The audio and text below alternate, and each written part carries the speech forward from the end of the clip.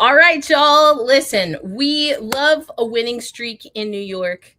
We love to see Breanna Stewart get in her bag and also get up in people's faces in a respectful basketball way. But there are also some things about this streak, Brian, that we're going to have to talk about, and we will do that on today's episode of Gotta Get Up, a podcast for New York Liberty fans. Gotta get up. Gotta get up. Gotta get up. Gotta get up. Oh yeah. New York. Oh yeah. New York. Hey, women's basketball fans, welcome to Gotta Get Up, a podcast for New York Liberty fans brought to you by Black Rosie Media. I'm Erica L. Ayala.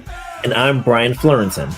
And we're your New York Liberty experts and co-hosts. We've covered the 2024 championship run and followed your favorite players all the way to the Paris Olympics.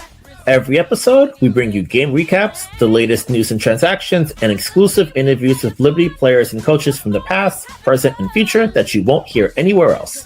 We're building a community for fans who love this game as much as we do. So whether you're part of the Barclays faithful or tuning in from afar, we bring you closer to your New York Liberty. Oh yeah. All right, welcome to another episode of Gotta Get Up, a podcast for New York Liberty fans. Erica Ayala alongside Brian Fleurantin. And listen, I'm fresh off the plane, Brian. We're about to do this. But I mean, there's a lot of good things happening in New York basketball right now, as we know, and including another win for the New York Liberty. They got a road win against Connecticut. We heard Hanju talk about what it was like to experience Jonquel Jones be honored, of course, by the Connecticut Sun in their sunset season. We know that she was announced earlier as one of the players that would be honored as part of their legacy and all of those things. We also got to see Han start in place of Jonquel Jones.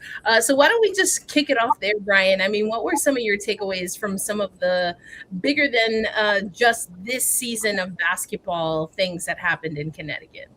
Yeah, I felt that the Liberty have been winning a lot of games tough, and I feel that that's going to come into effect a lot later in the season, being able to win in different ways, being able to win when the offense isn't firing in the ways you wanted to, being able to win in a game that's a little bit choppy and pretty challenging, and getting a stronger than expected challenge from a depleted team. So I feel that the group is putting a lot of things together, and they did it with being shorthanded because JJ was announced out maybe like 5 or 15 minutes before tip off. So it was very sudden.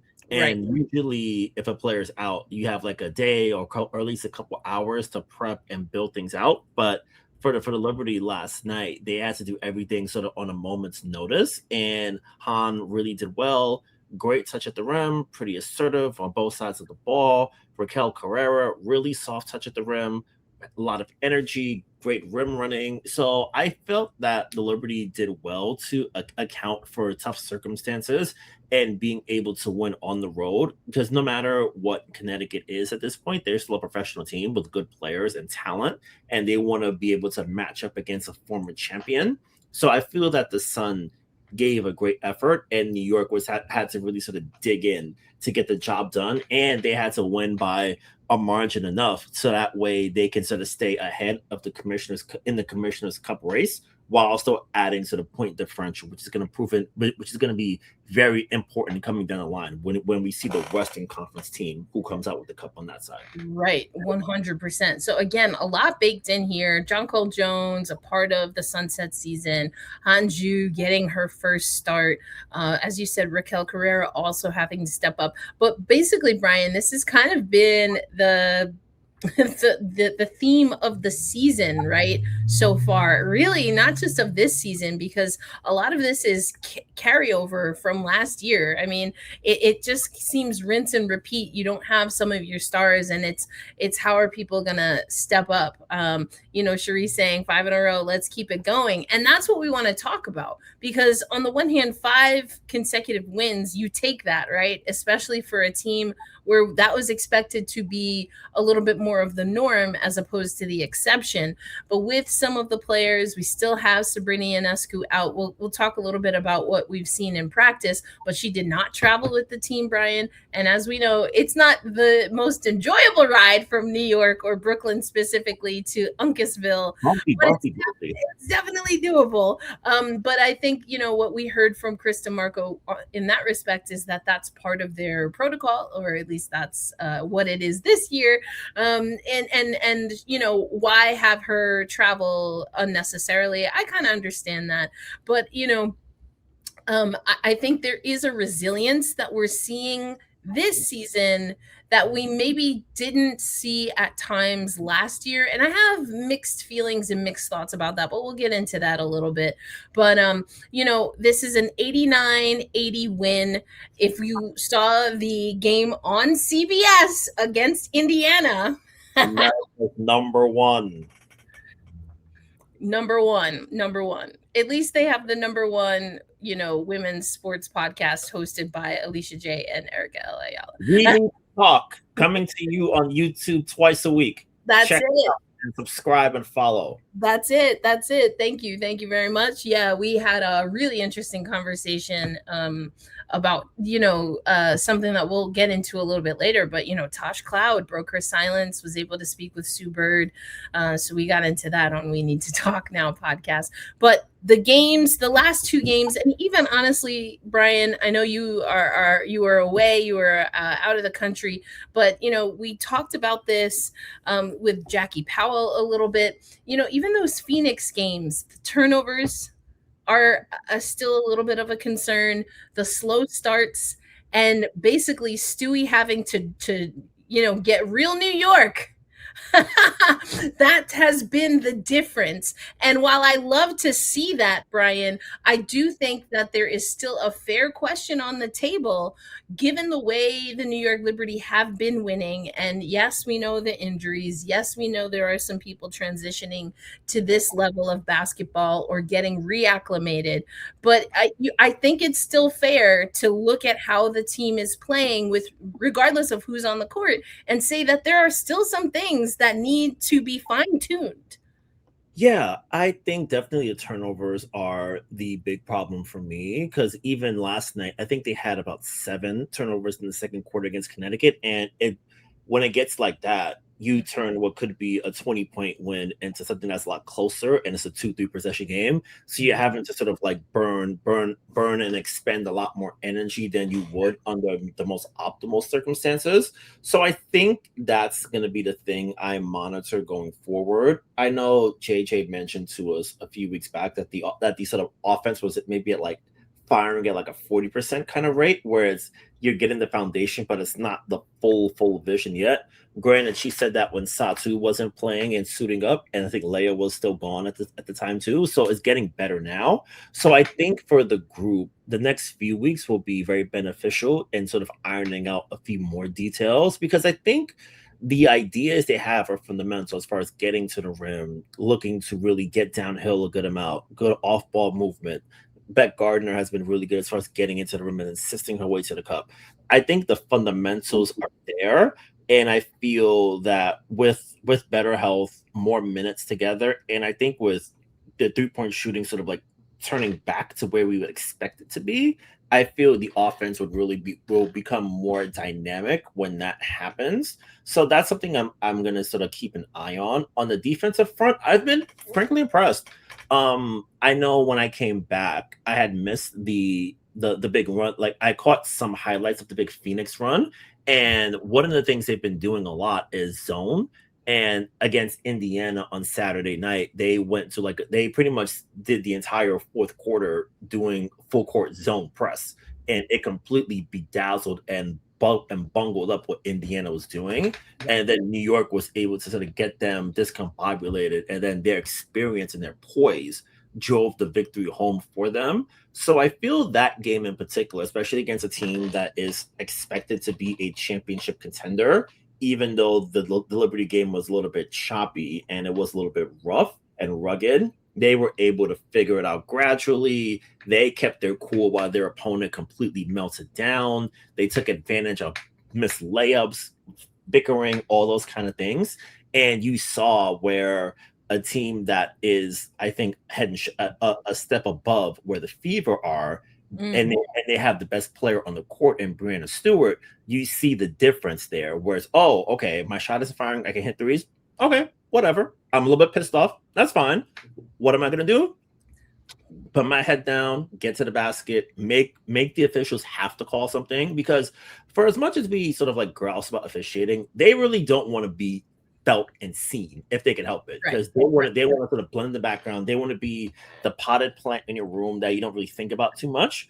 So if you're able to insist and draw contact and not sort of be in a situation where you're embellishing and it's actual fouls they have to call, you put the onus on them and you give yourself that opportunity. And all their free throws were hitting. Pauline was tremendous. She made a lot of critical plays. She brought the game home to the finish line when she went by Caitlin Clark in a couple of possessions, really took it to her. And on the other side, when you draw those fouls, players, especially star players, don't want to foul out because they keep their hands in their pockets. So you, as a smart player, oh, okay, your hands in your pockets, I can just go by you every time. And that's what they did. So you see the experience, even though Pauline doesn't have WNBA experience, she has basketball life experience. And she's been around long enough to know, oh, okay, I can just go by you. Like, you're not going to defend. You're not going to foul. Okay. I'm great at getting to the rim. I can do that. So I think I think the fundamentals are there for this group. And I like that they've been tested throughout this winning streak.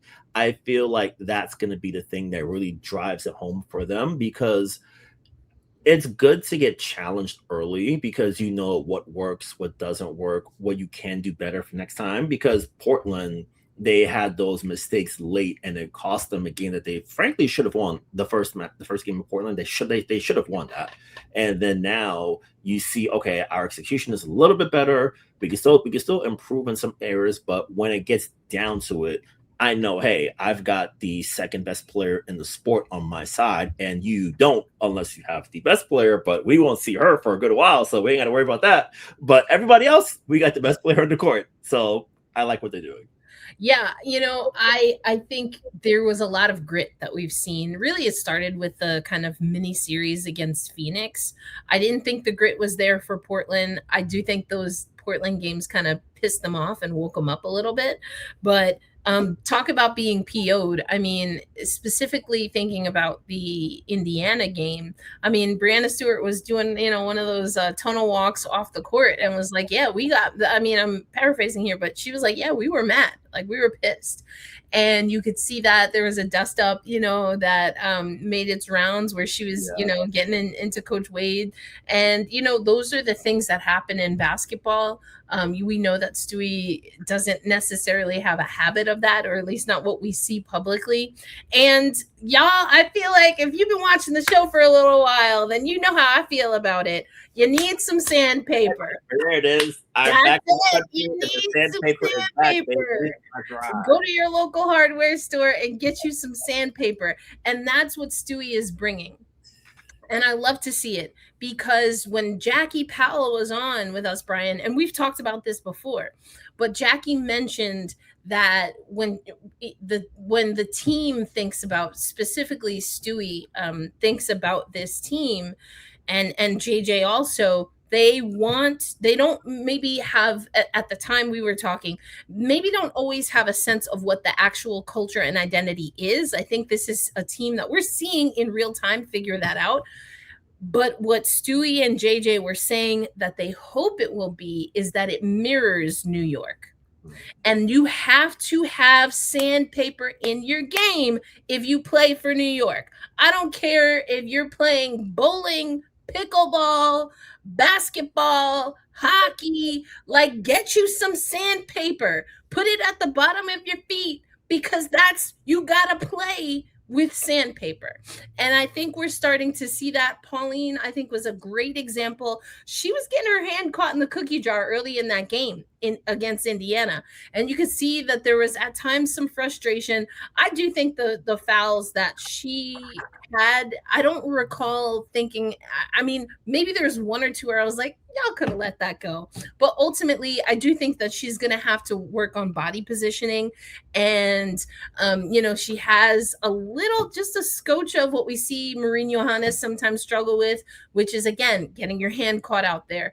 That being said, Pauline, for me, other than Stewie, because she was on a whole nother level of sandpaper, right? Everyone else is out here with the little pieces of paper. Stewie had the glasses, the power tools, and was like, you know what I'm saying? But other than Stewie, I think Pauline adjusted the best. She capitalized the most. I love this comment. We put this up earlier. Cherie saying Pauline was cooking CC, but I think it goes to what you were saying. She was taking that opportunity.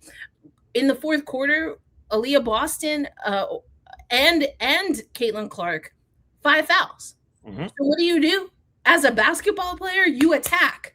Attack. You have to. Al saying also New York zone is lethal and effective because of their length. Exactly. Now, this is where the mastermind Jonathan Kolb matching or having a coaching staff that is going to match that and go to a zone and have this team play scrappy, because yes, the defense has been better. And I get the sense that whether it was Stewie, whether it was DeMarco, whether it was somebody else, it was like, if we do this zone trap, don't get caught out there, because then it's right to the rim for the other team. So if we're going to do this, you have to commit. And if we commit, we win this basketball game. Like, in my mind, that's how the movie played. You know what I'm saying? Like, in my mind, that's what the conversation was, Brian. Yeah, and I think to Al Page's point, I'm still thinking, because I always wonder how effective you can be rebounding in a zone, but they were bad on rebounding last year, 10th, and this year they're 4th in rebounding, so it's clearly working. And I think they're 2nd in defensive rebounding percentage. I have to double check, but I think last I saw that's where they are. So they're completing the possessions, because that was the problem they had last year. You'd play great initial defense, but let up an ill-timed offensive rebound, second, third opportunities, and then you eventually get burned. This year, they've done a lot better at that, to their credit. So I feel that being able to complete possessions has really helped give them a lift, and it's sort of really taken a little bit of stress off of them, which is very valuable. And having Stewie in particular at the top of the zone, where she's sort of like playing quarterback in a lot of respects, and her wingspan is so disruptive, it allows her to fully control the court in that way and really blow up a lot of actions, really sort of like deter opponents from trying to get to rim, because you can't really get by her. And then it's great help on other sides. Leia was mentioning to me a while back that they're, as a team, trying to reduce the amount of times they overhelp, and that's come with better communication, making sure you stick to your assignment and you don't sort of like venture off too much, and you're trusting your teammate to get the job done. So I think this group is a situation where I feel it's starting to come together. And I'm also thinking, like, maybe because I wasn't grinding enough Phoenix tape last year, but it feels like Satu is being deployed in more dynamic ways this year on defense, to where it's, you're chasing Kelsey Mitchell on the court and you're doing a pretty good job. And I feel like Nate was probably doing that last year in Phoenix, but I'm drawing a blank on it, because I know there were times where she guarded Sabrina, and I'm like, okay, that works for you. Like, you're doing a good job.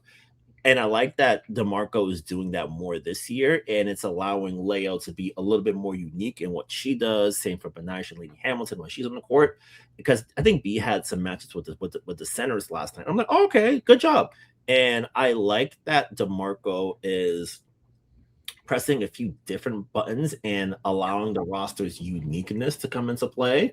Because I feel, especially when you have a player like Satu who does a lot of things pretty well, you're able to really, and especially as she's getting acclimated back into being in full WNBA speed after being out for about 7 months, you're allowing her the opportunity to push herself while also encouraging her to take on those challenges. So that way, when Sabrina and everyone else is back at full strength, it's, okay, I can play around a little bit.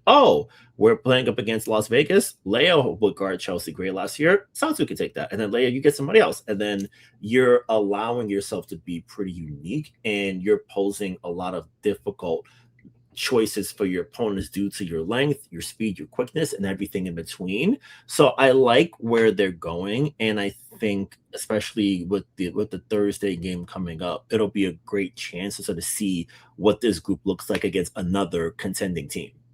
Yes, and we're going to get into that schedule. If you're in our Slack community, we had some really great comments about that, and that's why we want to talk about, the complexity that is the New York Liberty right now. Things have definitely gotten better. 8-4, above 500 as far as a win percentage. You'll take that. Right now, sitting at the top of the table when it comes to the Commish Cup, the Kathy Cup. And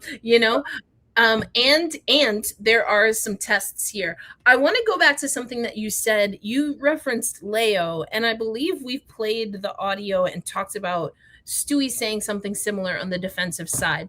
And I even clarified, because I was like, all right, Stewie, just to make sure I'm hearing you correct, are you saying that what the goal is this year is to not have to call help over defensively and just go straight 1v1 and be on your mark? And she was like, yes, that's what we're doing. So I love that you brought that up again, because I do think that there were times, even in the start of this 5-game win streak, where they weren't doing that. Even in the Indiana game, in the Connecticut game, there are times where you see they blow the defensive assignment. There are times where the person with the ball is driving and nobody picks up ball. And so those are the growing pains a little bit. And the zone, implementing the zone, and we saw Sandy do that a little bit at times, right? But implementing the zone, it allows you to settle a team down. A lot of people feel that zone is rudimentary when it comes to basketball, just overall, especially at the pro level. But I think it's yes, it is foundational and it's going back to basics, but in a very intentional way. But also what a zone does is it takes away a lot of space for the opponent's offense, or at least in theory, right? That's what it's supposed to do. So it's slowing things down for your players thinking on the defensive side, but of course also for the other team. And what I also like that you mentioned, and you were talking about Satu, but if you looked at that fourth quarter in the Indiana game, I don't want to say it was switches. It wasn't really focused on switches, but it was getting a post player up on the guard and attacking them. And it wasn't necessarily a part of the trap, but it was if the team, was able to bring the ball up in the half court, that the Liberty had Satu or Stewie or even at times JJ just absolutely blitz the quarterback in a manner of speaking. So think about this. I don't really know so many things about football, but I do know that usually on defense, right, the big dudes are in the middle, and once they come and try to attack the quarterback, then that's when you have your quarterback, your QB scrambling, right? That's almost what they were doing at times. They didn't do it the whole fourth quarter, but there were key times where it seemed like they were focused on getting a stop, where they were like, and I've seen it in the comments a few times, we're using our size, we're using our athleticism. I also have critiqued this team for maybe not being as athletic as I would like them to be at times.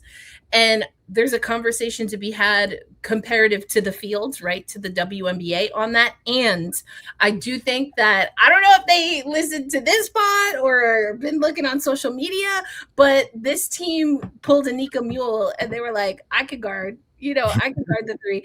I'm athletic. And I think we saw that the Indiana game was a really gnarly game in a lot of ways, but it was like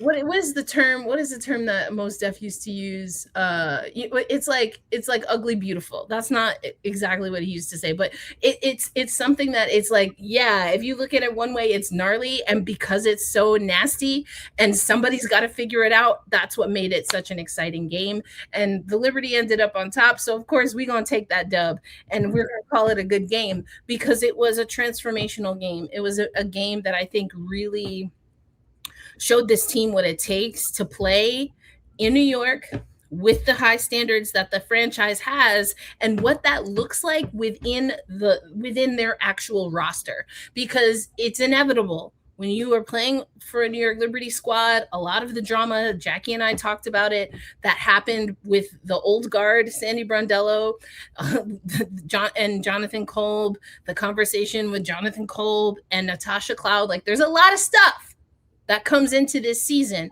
And for me, the Indiana game was a turning point because it looked like a team that was like, and I know some people don't like the cheer, but it was the we all we got, we all we need. It was them deciding who they were going to be. And that is exciting for me. Yeah. I think especially for a group that has big aspirations, you need to sort of find those moments where you say, okay, this is not where we want to be. Wake up and play some fucking defense, as Chris told the group a little while back. So exactly. I like that they have those moments where they sort of like fully get it together, because they've had a lot of really good third quarters throughout this winning streak. I think they've outscored opponents in the third quarter in most of the games, if not all. So you see the adjustments coming out of halftime. You see the group saying, okay, this is what hasn't been working. Let's correct it. And then you're figuring it out and learning together on the fly. Yep. And I think these reps matter and they're meaningful. So that way, when they do get that higher competition, when they do hit the West Coast in a couple weeks, you'll know that, okay, we know what to do. We know how to make it work. We know how to navigate these situations and circumstances. Let's build on that. So that way our talent advantage can really shine through and our communication and coordination can sort of be the foundation. And then we just sort of take it all the way to the finish line when it's winning time. And so I love all of this. We love the streak, but we got to go back to an age-old question here. I gotta get up, a podcast for New York Liberty fans brought to you by Black Rosie Media. And I know you remember this, Brian. A couple of years ago, I was like, listen, I like what we're seeing, MVP kind of numbers from Breanna Stewart, and are we worried about the workload? And here we are in 2026, and I gotta put this on the screen again. It took 28 Breanna Stewart points for this New York Liberty squad to beat the Connecticut Sun. Now, no shade to the Sun, because every game is tough in the WNBA. We know that. We love that. And come on, fam. They're not even in the playoff picture. You know what I'm saying? Like 28 points from Stewie to win over Connecticut. Got to get other contributions. What was it? 11 from Betnijah Laney-Hamilton off the bench. Hanju as a starter, I think, had 14. But, is it an equitable split right now, Brian? And are we a little bit concerned about Stewie's workload, given that she's worked through injury with this New York squad before? I'm thinking, because I was looking it up earlier, like the usage rate is in the same ballpark as last year, which I guess is the problem because, hey, we thought she did a lot last year. So I wonder about that. Right now, I think my answer is no. And I say no because I feel that a lot of her stuff has been coming within the flow of the offense and getting to the free throw line. And I feel like those moments where you're getting a little bit of rest in between at the foul line, you're able to catch your breath a little bit. You're able to expend a little bit less energy. And the minutes are, I want to say, at 34 per game, if I'm not mistaken, somewhere around there. So it might be like slightly up a little bit. But I think as Satu fully gets more in rhythm with everything, Stewie's responsibility meter will go down because Satu is fully where she wants to be and needs to be for this group to take that next big step forward. So I think right now my answer is leaning towards a no. Although I will say it would help to get a blowout win. That way you can just sort of keep the minutes completely low. Like if you get hey, we're up by 22, I don't need you for the rest of the night. That you save a little bit on the back end and you sort of like give her a little bit more room to rest up a bit more than she has been. But I think right now with the way she's been deployed, with the way Chris is still like using time to sort of like buy her as much rest as he can, really sort of like going to different players in the court, having players like Pauline take some role on the offense, her getting to the rim a lot. JJ, when she's back, she's fully dialed in and engaged on both sides of the ball, so that's successful. Betnijah's working her way back to where she wants to be. Leo, great cutting up the ball, all those kind of things. I feel Stewie's responsibility level, I would put it at like a 6 for me right now. Mm-hmm. And I think as everyone gets back, and then once Sabrina is back doing real work with the group and not sort of doing the ramp up 5x5 kind of work she's doing right now, I think Stewie's responsibilities will go down even more on offense. And then that way you can sort of like entrust her to continue quarterbacking the defense while everyone else takes up the offensive slack for her. Yeah, and I think, usage is important. Yes, getting to the free throw line was huge in that Indiana game. But you know what else that you have to think about? And like people try to play Stewie. Listen, yes, this is a podcast for New York Liberty fans, and I got 2 working eyes. The only person in the stratosphere with Stewie right now who's healthy and playing games, because I'm thinking probably a Nafisa Collier. We got to see what Collier looks like coming back, is A'ja Wilson. And I will not be explaining any further. I will not be taking comments.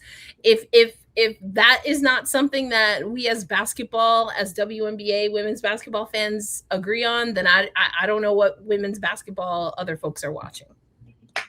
Stewie is one of the best 5 players in women's basketball, and she's not 3, 4, or 5.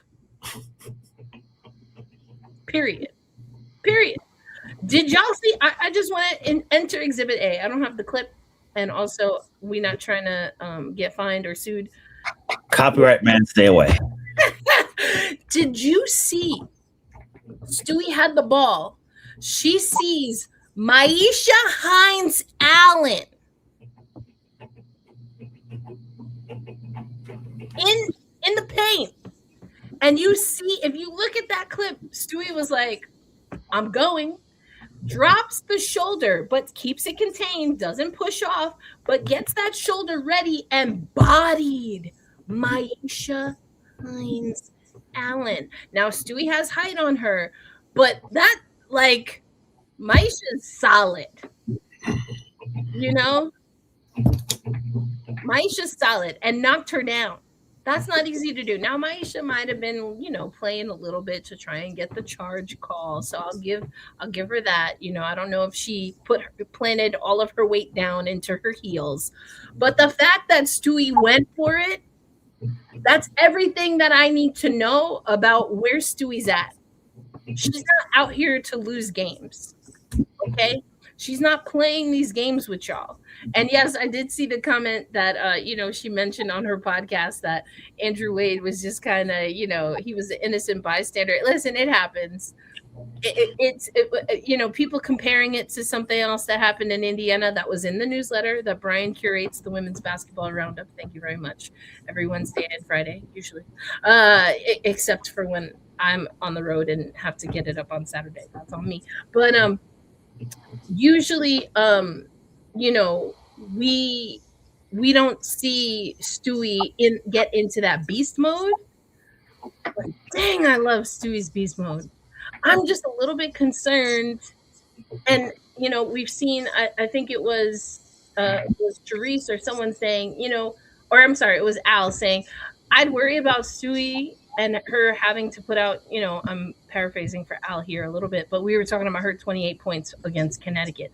And Al saying I'd worry a little bit more if they had JJ, if they had Sab, if they had Satu. And again, JJ talked about this. She's starting to feel, 100% after an off-season surgery. We know that Sabrina was feeling great, then had the ankle injury in the preseason, and then there's like a back issue now, so we have to see what she's coming back as. And like you said earlier, Brian, Satu starting to get into it. But man, listen, if I can get Pauline, Satu, Stewie, And then, Le Magician, a little bit of MJ in there. That's some nasty work. Not to mention, you still have Betnijah Laney-Hamilton, who actually, you know what? Let's talk about Betnijah for a minute, because I could go on and on and on about Stewie and how she is the Stu York. I've been a little slow on the Stu York. I was like, all right, Stewie. I mean, I get it, but do I? I don't know. I think I get it now. I'm down with Stu York because that's how she's playing. But let's talk about Betnijah.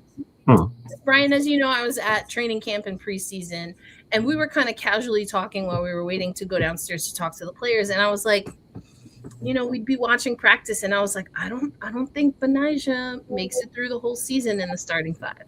We knew Leo was coming, and I just think with the starting five, those two are not a like for like, but they're the most. If you're gonna switch out people, it's likely gonna be those two.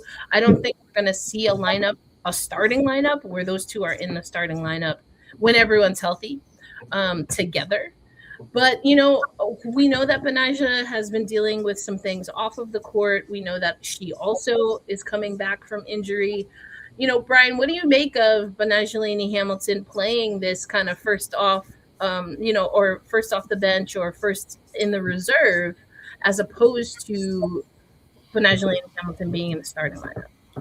I think the reserve role works for B in that since Leo has a bit more length, it allows her to be a little bit more disruptive on the defensive end, and Leo is great on ball as well too. So you have a boost on the defensive side with her, and then when Betnijah comes in, she's a great defender in her own right, but in a different way. I feel like they're playing it slow with her, which makes sense because one of the big problems that the Liberty organization had in the past is that they rode her a lot, and you're counting on her to throw like 120 pitches every time out, and it's the wear and tear eventually comes due, and then she's having to be out recovering due to various procedures. So I think I like the way they're having her come off the bench because it's keeping the minutes low while still allowing her to have an impact on the court. She was part of the closing five last night against Connecticut, so the trust in her down the stretch is still present, and that's always going to be meaningful.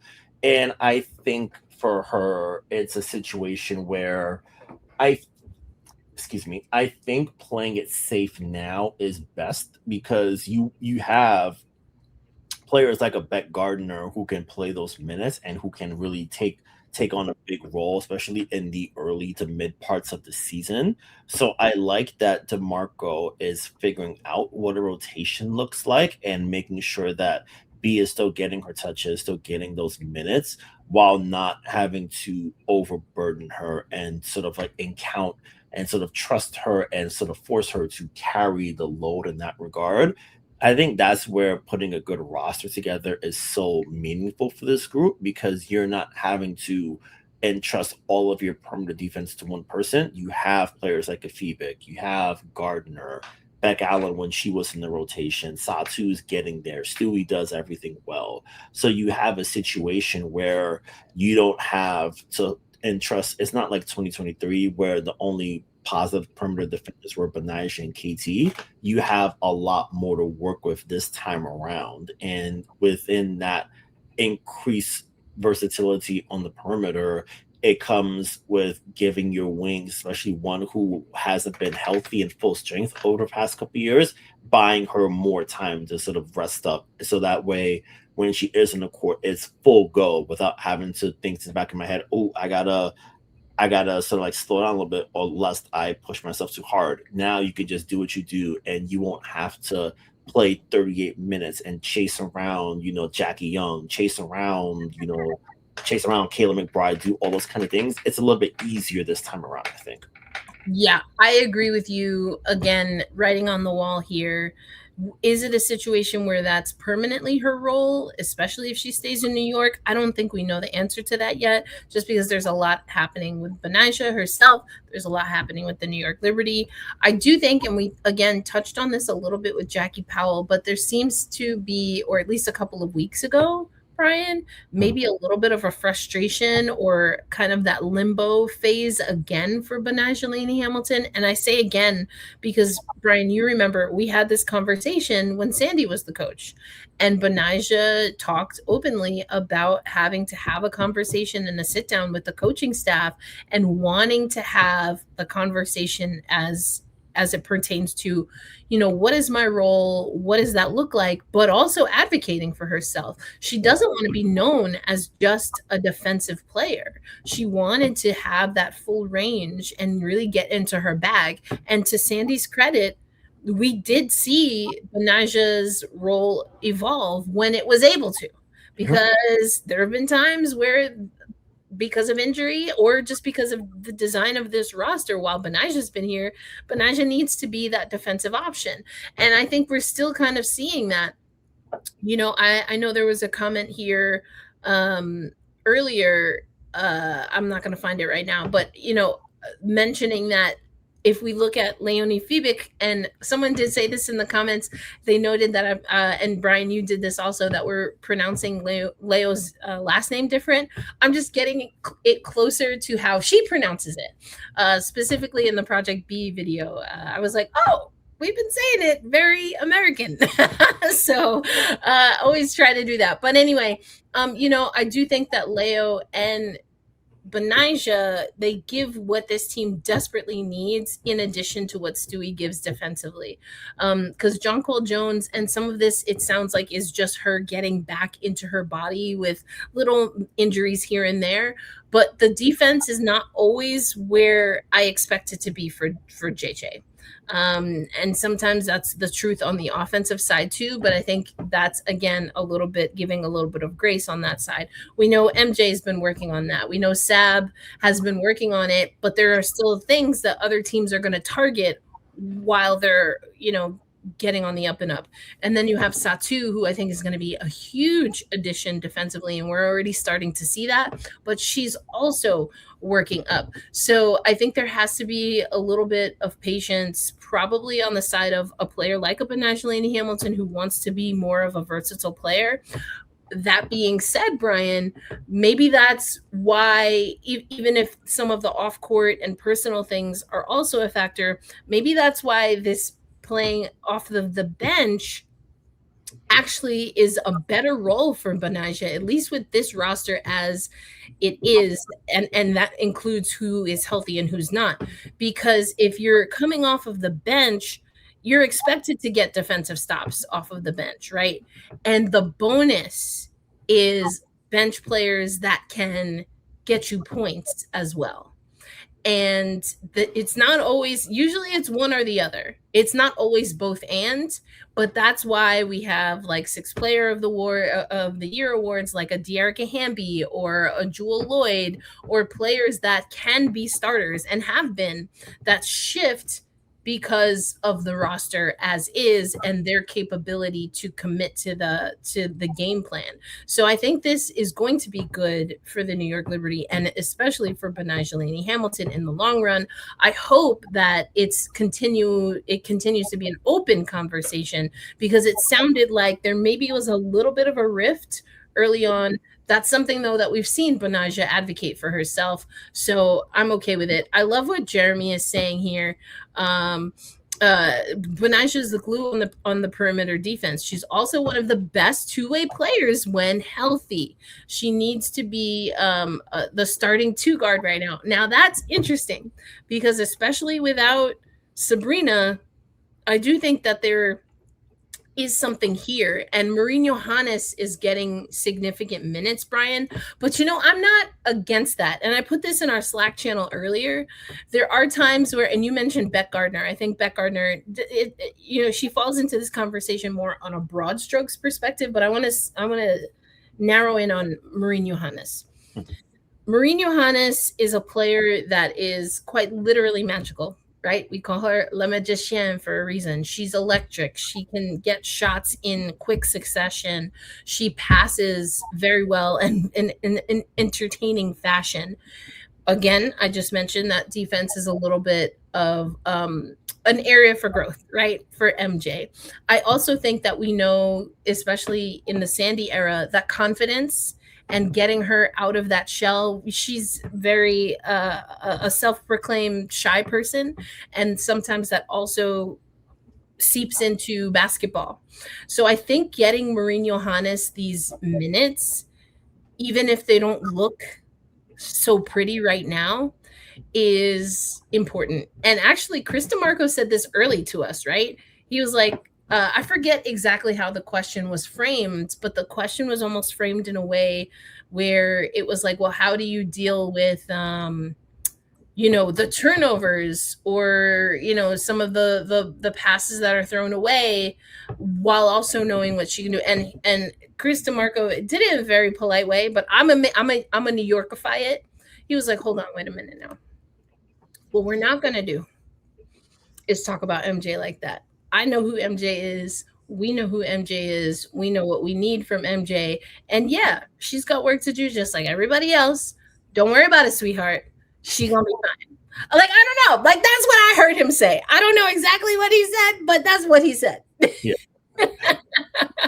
I think for Maureen, the confidence piece matters so much, because I think sometimes you see her sort of get in her head a little bit and beat herself up. So I think the team has really been deliberate about making sure she doesn't have those moments where she sort of sinks into herself, because I feel, especially for a starting two guard, you need to sort of like have a super short memory, because if you're cold a little bit, you don't want to be in your head too much and thinking, oh, I can't shoot because I'm not hitting right now. I'm getting this open look, but I'm going to make that extra pass and not take a wide open jumper in the flow of the offense because I've missed my pass too. So I think having that in Maureen, where you're always encouraging her to just take it when it's there. Don't second guess yourself. We trust what you're doing, and we trust when you have the ball, you know what you're doing. So I feel they've been very solid about that in that regard. And I feel as she continues to play this season, and as she continues to start in the interim while everyone gets back to full strength, you're having a situation where when she does return to the bench role, she has that confidence because she succeeded already as a starter. And I feel for her, you're going to need that, because there are going to be games later when some of the starters may not have it. And then you, as a microwave scorer, you're confident, you can get your shot going whenever you need it to. You're walking in fully sure of your powers and not second guessing yourself or afraid that you're going to trip up, make a mistake, and get benched. No, just play your game, and then we flow from there. That's exactly it. And that's why I wanted to talk about Maureen Johannès. I'm with DeMarco on this. And I mentioned this in our Slack channel. For those who want to join our Slack community, make sure you are subscribed to the Women's Basketball Roundup. That's how you get access these days. Go on and do that. But, I'm with DeMarco, and it's something that I've talked about before that I kind of wished Sandy would have done a little bit more, especially last season for Maureen Johannès and for Beck Gardner. We know there were so many injuries last year. There were minutes to be had. Now, I don't think it needed to be like an overkill. I don't think either one of them last year was going to get 25, 30 some odd minutes per game. I don't think that was going to happen necessarily. But even Izzy Harrison, right, down the stretch. But what we do know about Sandy Brondello, at least in New York and probably, in Phoenix as well, is that she believes in getting her starting five, her core, good to go, to the point where everything is muscle memory, everything is shorthand. They are communicating at a higher frequency to the point where there are no words that need to be. That's what Sandy wants. And there's value in that. There's value in that. Mm-hmm. There is also value in what we're seeing now.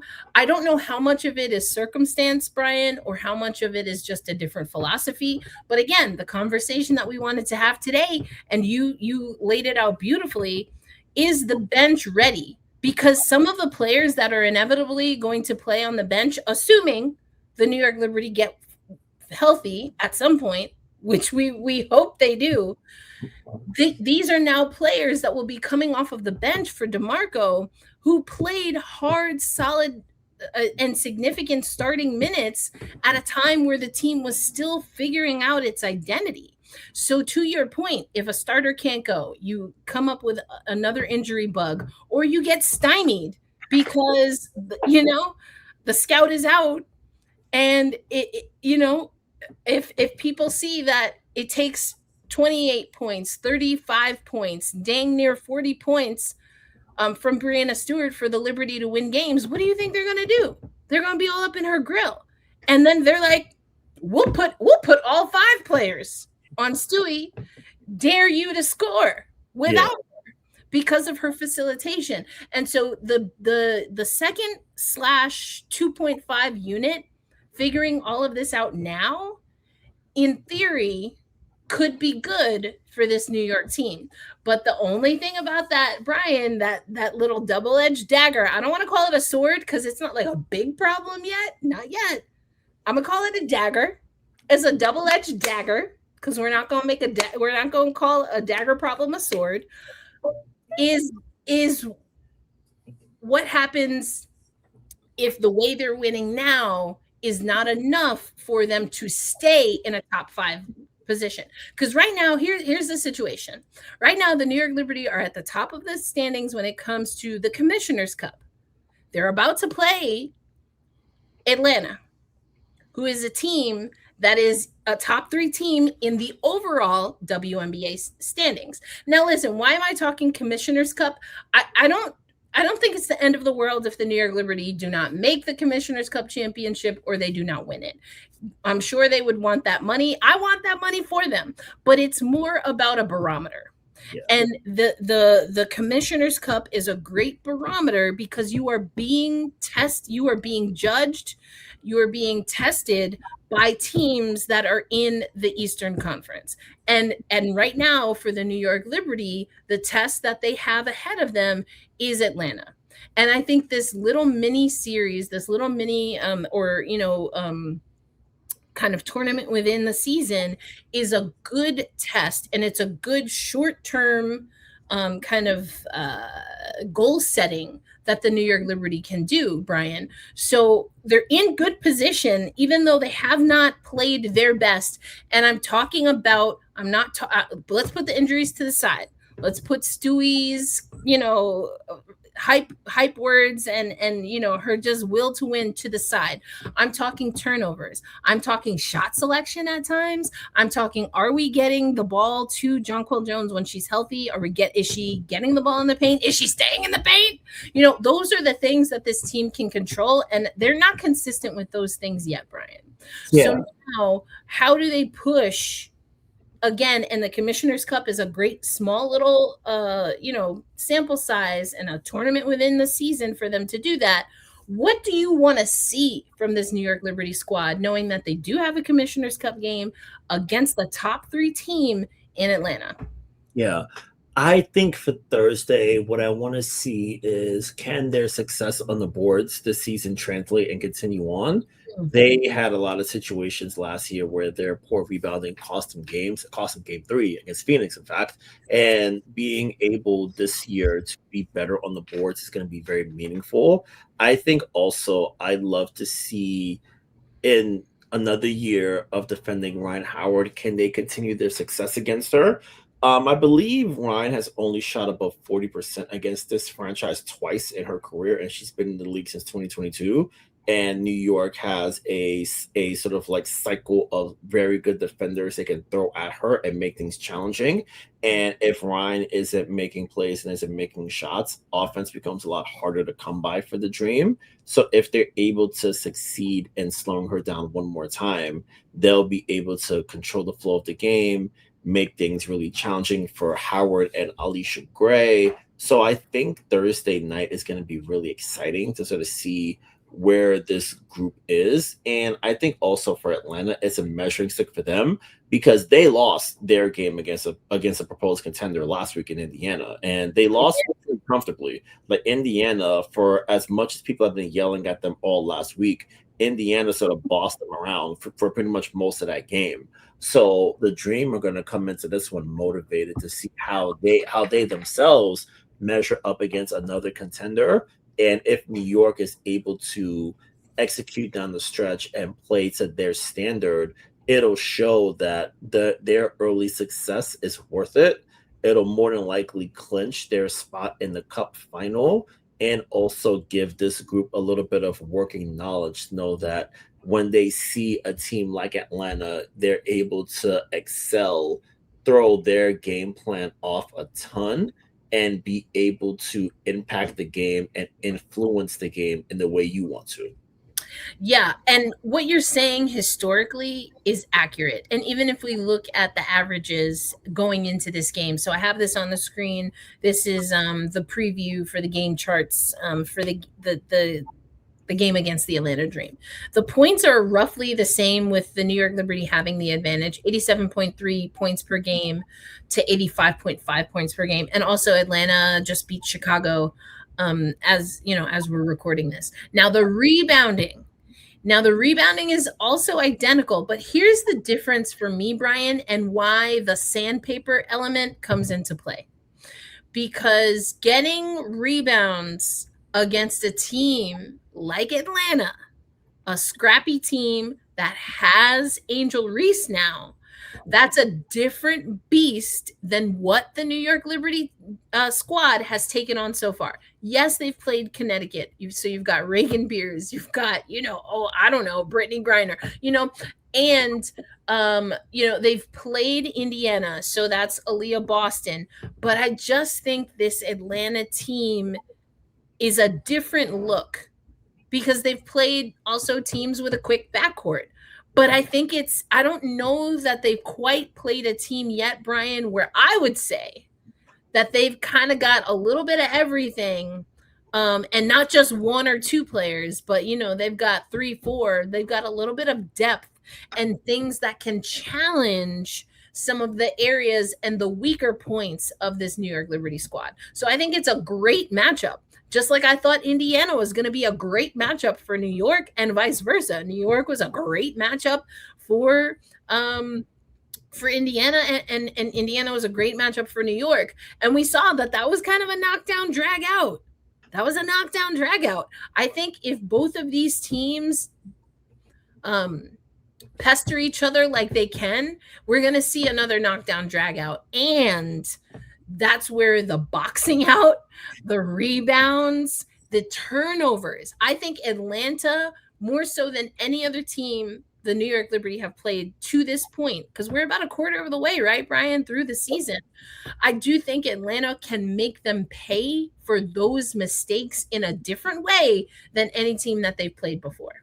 Yeah, and I think especially with the talent jump compared from Connecticut to Atlanta, you have less margin for error, and making the mistakes you made in the second quarter on Monday night won't fly, and especially on the road in Atlanta. If they're able to keep the turnovers down, they'll be able to really push and make their presence felt on the inside. JJ is expected back for Thursday, so she's only missing one game, fingers crossed. So that gives Atlanta another player to worry about on the inside. And I feel JJ has done a really good job of controlling the interior and making her presence felt in that respect. Yeah. So there's a lot to dig into, and I think there's a lot for New York to sort of like focus and hone in on for Thursday night.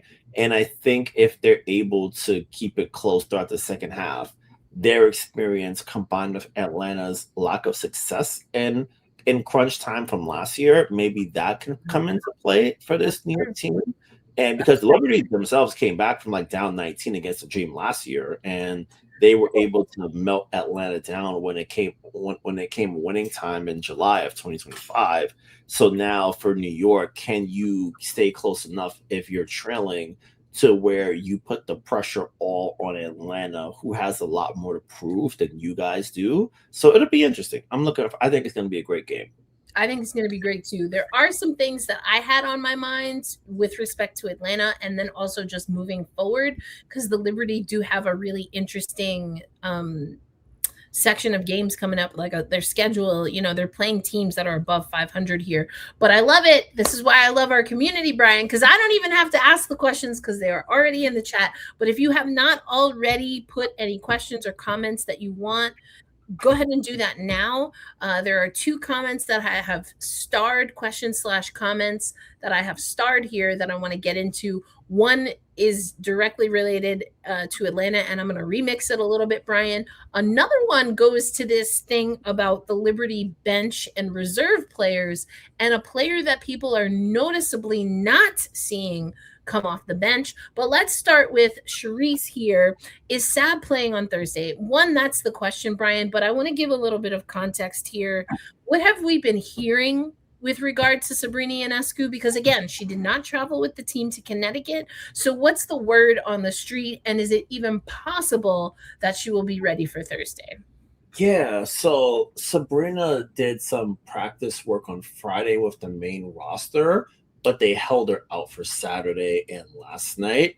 Right now, yesterday in pregame, Chris was mentioning that Sabrina's doing 5-on-5 work with the practice fellas, and they've been sort of getting her back to where she needs to be.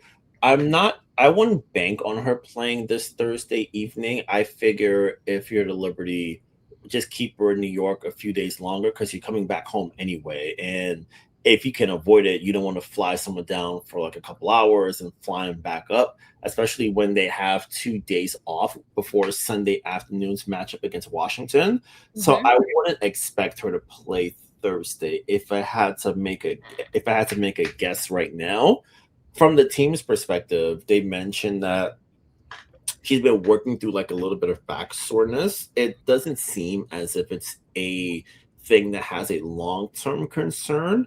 It's more like, you're not at full strength and we have something good working in the meantime. Take your time, no rush. It's one of those things where you don't want to force her into playing where she may not be full strength, because that happened last year and it proved detrimental down the line, and it impacted her performance on the court when she was playing at less than full strength. So I think patience is the word for the organization this time around, because they have really good guard play to help make up for Sabrina's absence and make it so that way she doesn't have to rush and put stress on herself to get back as soon as possible. So Thursday night, I'm going to say no, but I feel probably before they hit the West is when she'll be back out there.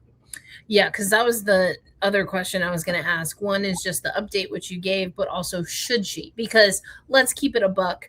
Whenever she comes back, likely to see some form of a minutes restriction, just because there's been so much of a start-stop for her this year, that it wouldn't be surprising. I'll say it that way. This is not us reporting that. It's just kind of reading the tea leaves, so to speak, and also thinking, I mean, it's June 9th, we got a quite some season to go.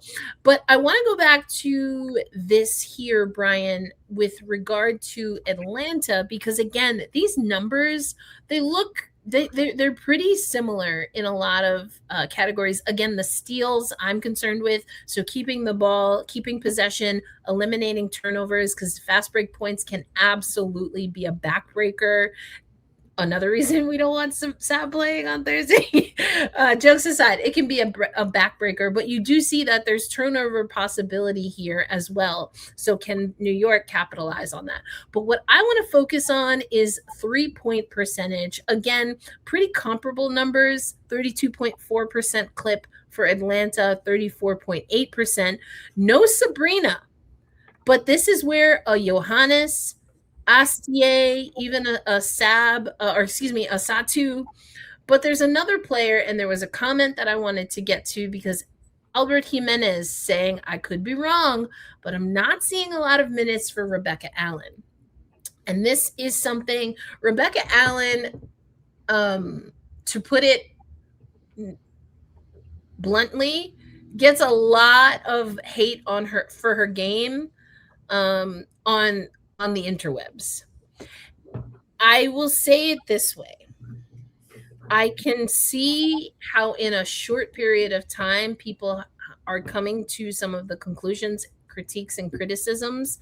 And similarly to a lot of players that we've talked about, Rebecca Allen, it's been a little while since she's been healthy. Yeah. And a healthy Beck Allen is precisely a player, Brian, that I think can be a differentiator when all things look, if not exactly equal, pretty similar against an Atlanta team. Now, what do I mean by that? Is she going to be the Betnijah Laney-Hamilton, Leonie Fibick replacement for defense? No, she's not. She's not. But what Beck Allen does have is the prototype that we seem to have on this New York Liberty squad, which is she's long. And she's stronger than I think she gets credit for. But what we also know, Brian, is that she likes slashing to the rim. Sometimes this is a New York Liberty squad that gets a little stagnant. She likes moving on offense. And another thing is she get her the ball in the corner with enough space and time, and she'll drill some perimeter shots for you. So I say that to say I do like Rebecca Allen's game. I'd be lying if I said I didn't know where some of the critiques and criticism come from. I do think that there is a role that she can play on this Liberty squad. And I think, especially given the injuries that we have, and that this could be a tipping point at this point in the season, especially if we're looking at Commissioner's Cup as like that short-term runway and goal setting, I do think that she could be a tipping point for a New York Liberty squad. Those are my thoughts, Brian. What are your thoughts on Rebecca Allen, how she's being utilized, and if there's room to utilize her differently? Yeah. For Beck, I noticed that she had fallen out of the rotation a few games back, and we've seen more of Beck Gardner in her stead.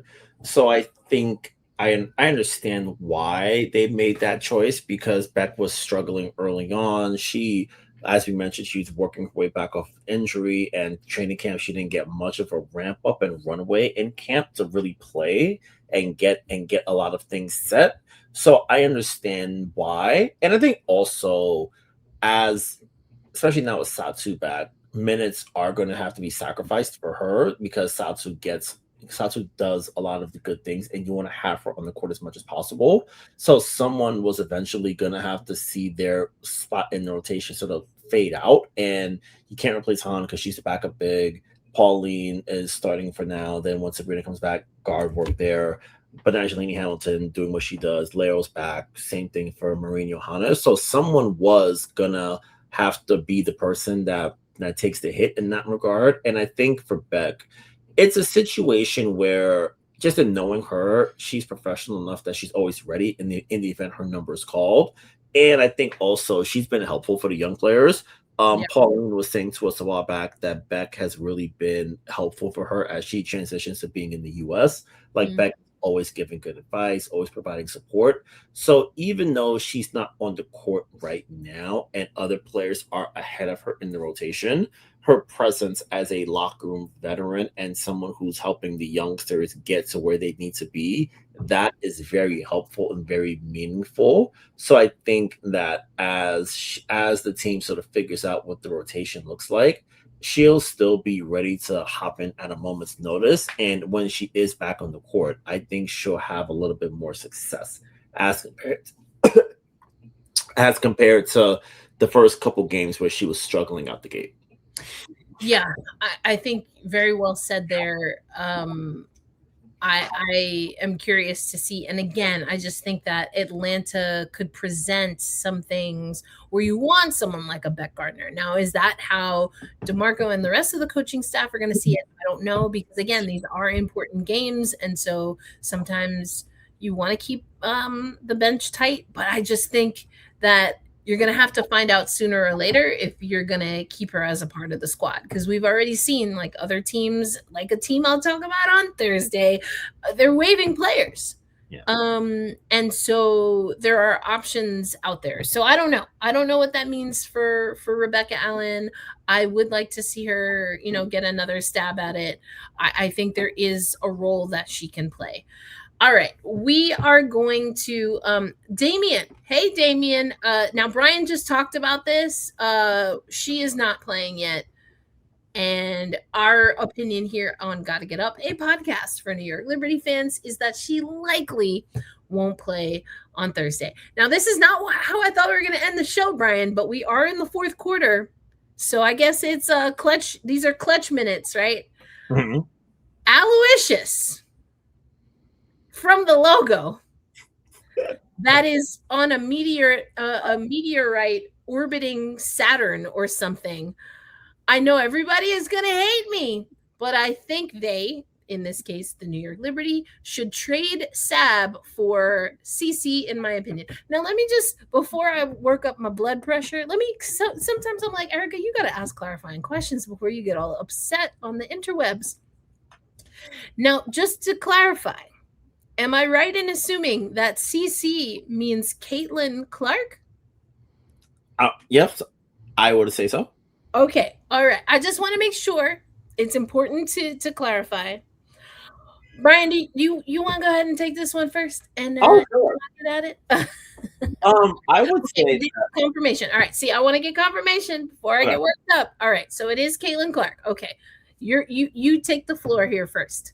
All right. So I feel I guess the person who would say no to that is Indiana. Indiana is, I feel, for as awful as a month and as they've been having, I don't think they'd do something like that, because I feel that they see her as the franchise and the person that drives everything in that state right now. So they'd say no on the business personnel front. State. Like, the Pacers was down. The Pacers was down this year, so I was like, Indy could use a little bit of help. And for the on-court of it, I think it's a situation where this year Caitlin's money is low compared to where it's gonna be, because I still got to figure out this epic provision business that the CBA has. So she's gonna be due up to get paid pretty soon, and I know for Indiana, they're going to want to reward and maximize and build off of that now, because especially as the CBA rises, the top tier players are going to get more expensive. So this is the window where you have to win now. And for a player like a Sabrina, she has won, but she is a little bit older than Caitlin. And it's a situation where if you're a team, you want to bank in and win early on your star players' lower number salary years, because as things get more expensive, you have less room to work with, because the stars are going to take up more of the money. Like Boston is at the top of the financial pile. Clark is going to be joining her next. So now it's how do you figure out the rest of the 10 plus the 2 depth spots to get to where Indiana wants to be competitive. So I would say that they wouldn't do that. And I guess the Liberty, I'd say they wouldn't either, primarily because I think they'd have to overhaul everything. And I feel that they wouldn't necessarily want to do that. I feel now that they've got a lot of their stuff down pat, it's, what I want to start from scratch and build a brand new boat with no runway and no lead in. I don't think they would. So I feel both sides would say no for their own reasons. And I guess this just on a random kind of note, I think I'm getting soft in my old age, because like I came back and I'm like, damn, y'all running the blitz on that gal over there, boy. And I'll tell you what, I come back, LA Times barring her up, USA Today barring her up. Everybody's like, man, I don't like how she be talking to them referees. She needs to cut it out. I'm like, damn.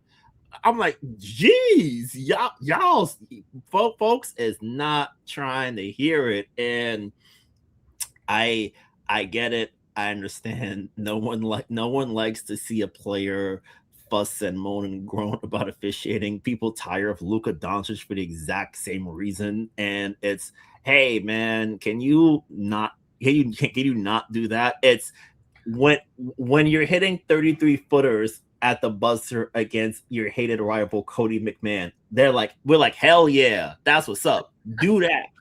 But if it's you being like, so what? When the referee's like, yo, you fouled them, and making a scene and doing all the shenanigans, everyone's like, nah, man, you got to go.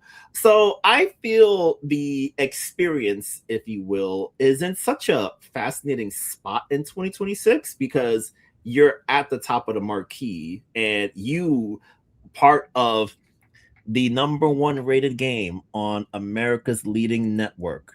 You had a particularly rough game and foul trouble, getting beat by a rookie, blowing you and your teammates blowing layups and melting down in a game they probably should have won if we're being completely honest, but they didn't have the wherewithal to bring it all the way home.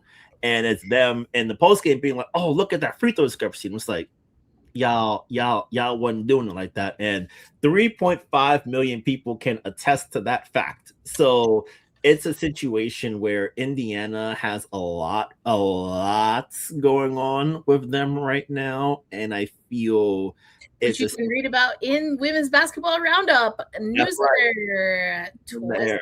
No off season. Put them up, yep. And they got a lot happening right now, and I think it's a situation where it's not championship or bust per se, but it's very close for them. Where it's like, hey, you guys were an Aaliyah Boston foul out and Kelsey Mitchell shut down from getting to the finals last year. You have, in theory, more talent this year. You have another year under your belt. Why aren't you better than 6 and 5?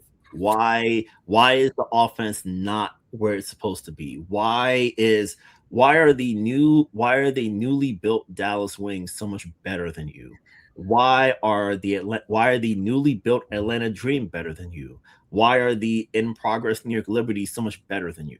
What is happening here? And if it gets to a point where they're not in that top 4 come postseason time and they don't start with home court advantage in round 1, it's gonna be a hey, who done did it, and who we gotta talk to, and if it really goes bad, who got to go? I'm just trying to tune my little essential oil can here because I want to reenact one of my favorite scenes from Brown Sugar.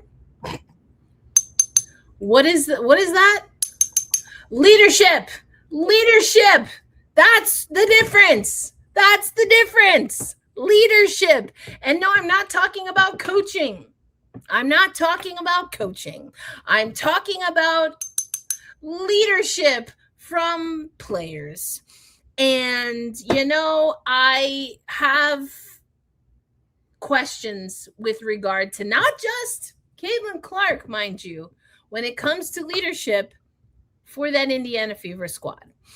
But you asked the question, Aloysius, and I think Ronnie gave you my answer. Absolutely not. With how many? Is that 5 exclamation points?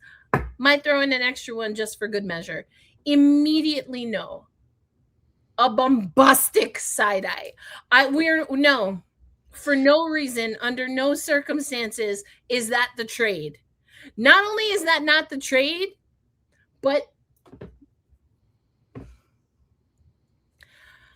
I don't know any other way to say this except that Caitlin Clark would not survive in New York. There's nothing New York about Caitlin Clark. And listen, you could be from elsewhere and New York embraces you. My feeling right now is nah. Even Damien's like, we need Sabrina badly. I don't know if that's sarcasm or not, but I do think Sab needs to come back to this squad. You already know I'm ready for Jingle Jangle. I think you bring up an interesting point, Brian, because if we could even have the audacity, and I don't think you're wrong, to say that the window is closing in Indiana, then what does the window look like in New York? Because you got Sabrina and Satu in year 6. I was looking at the roster. I was like, are we at 6 already? Yes, Erica, because that's how math works. They were both drafted in 2020 and it's 2026. That's 6. It's an easy math equation. That's wild and it's true. But again, I go back to this is a championship window, or should be, for the New York Liberty. The front office took a chance and made a coaching change. We will see if that works. We have to see. They're in position to be a playoff team, but there are some things that need to be cleaned up. And how much of this can you clean? Let me put it this way. I don't want to make it a Sandy versus Chris thing. Just think about it this way. If you have things to clean up while you have injuries, are you more than likely to be able to do those things quicker with a staff that's already implemented versus a staff that's brand new? Again, if you haven't listened to my conversation with Jackie Powell, I thought she got really raw and real about some of the things that she was seeing and the analysis that she had, where there was contention between Sandy Brondello and the front office, is what Jackie Powell said. Now, if that doesn't exist this season, that's a good thing, except what we don't have is any kind of relationship between the head coach and the players. That's being built on the fly. That's my microwave analogy that we talked about several years ago, Brian. Mm-hmm. You see how I just completely took that away, because I just, with all due respect, Aloysius, it's a no for me, dog. It's a no for me. But I'm gonna come back to you. I'm gonna come back to you on this. So if we're doing all of that and we don't have a personality type like a Caitlin Clark, and I'm talking on the court, I'm not talking about any of the other stuff, which is very valid to bring up, but I'm just talking about on the court. Yes, we saw Breanna Stewart erupt. Absolutely, Chris DeMarco is getting into his players. But you know what nobody is doing on the New York Liberty? Making it about them. Not really. The most egregious offender when it comes to foul calls is Jonquel Jones, and she still ain't as bad as what we see Caitlin Clark doing. And why does that matter? Because leadership, maturity, focusing and making the main thing the main thing.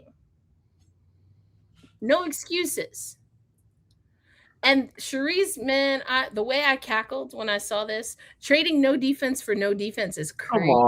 Come on. Hey. I mean, I feel like that's disrespectful to Sabrina Ionescu. So, hey, come on. But also, come on, dog. Points are made. Points are moved, Brian. Like, come on. Like, I know what she means. Like, let's not front like we don't know what she's talking about. I know. Come on. You've been working, though. Come on. He has been. Listen, I don't even use hashtag anymore, Brian. I don't even go back to our hashtag unquick. I can't do it no more. Yeah, give her a handshake, might as well keep Sab. It may not be like full intricate dap, but like a nice strong handshake, I would say. Might as well keep Sab. I don't think she's signing an extension, in my opinion. Okay, hold on. I don't think she's signing an extension, in my opinion. CC might as well get something for her. CC, no. Oh, I think I know. Oh, I think I get what Aloysius is saying here. I think this is where men brain comes into play for basketball men. Whereas like players usually don't say no to the first extension, like the first rookie deal. Like it's never I'm gonna say no, because there have been instances where players, like, I'll give a great example. Cade Cunningham was on the worst basketball team in the 2020s with the Pistons. He still signed his rookie extension. He got his money, and the Pistons are competitive again. So players, at least on that side, don't say no to the extension. And if you're going to get $1 million plus, I wouldn't be saying no to that personally. Like, and you like the Midwest. Indianapolis is a good city. Like, I've been there a bunch. Like, I have people there. It's a nice place to live. Why I wouldn't say no personally. And I think for as much as people are down on the antics when it comes to her, I don't think it'll be a situation where she's like, where would I want to go? Would I want to go to insert city here? I don't see anything that, like Ronnie says, she's not a Brooklyn baddie in any way, shape, or form. On the court, off the court, in unconscious in her dreams? No. Some people just don't. No.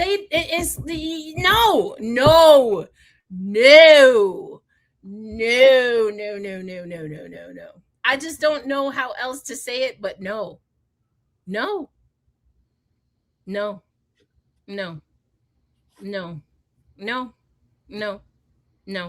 Damien, I'm not exactly sure what you mean here. Can you clarify this? Are you saying Sabrina does or doesn't? I don't understand. Other than Breanna Stewart, doesn't Sabrina Ionescu have any leadership qualifications?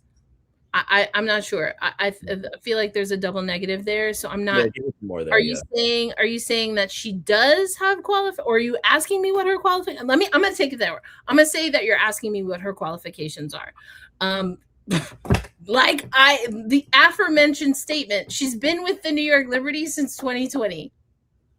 Who, until they got Jonquel Jones and Breanna Stewart, who was leading the team? Who was doing it?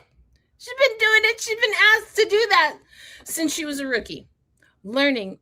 Also, Oregon Ducks. Who was leading that team? Who's leading that squad? Sap. She's a guard. She's got, she can play the point even. She's got leadership. She's got plenty of leadership. And also, if we're talking a trade with Caitlin Clark, I said what I said. Yeah. I think I'm gradually realizing that I've gone soft. I'm like, man, I'm not the the stan who was like, leave Brittany alone. But I'm like, damn, dog, folks been wearing her out. See? Ask me if I feel bad. Ask me if I feel bad.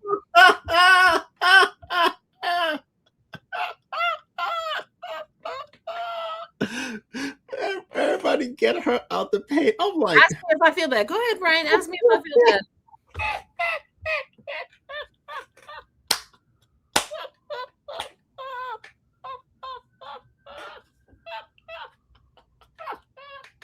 I'm waiting. I'm waiting. I already know the answer. What's understood don't need to be spoken. Listen. Ask me if I go on, mess around. Ask me if I feel bad. Matter of fact, y'all catching up.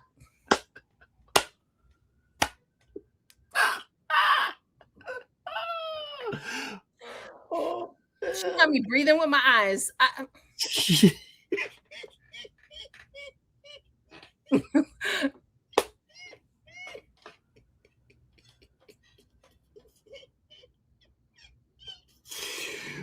Oh man. Nah. Nah. It's no free dog. Amir, you're gonna have to rewind. You missed a lot, brother. You missed a lot. It's bars everywhere I look.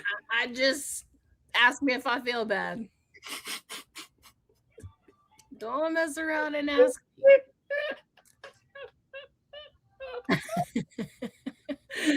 Erica is heated. Erica is not heated. Erica is unbothered. Erica is, I've been there, done that, said what I said. I'm glad y'all are catching up. This is the quintessential, universal Black woman, I'm tired face. But if you ask me, I'm going to tell you.